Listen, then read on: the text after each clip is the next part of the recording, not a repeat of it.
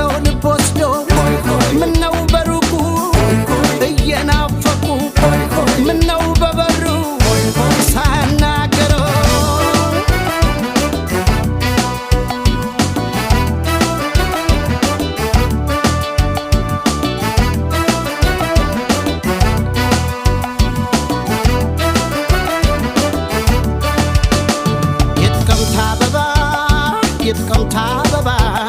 የጥቅምት አበባ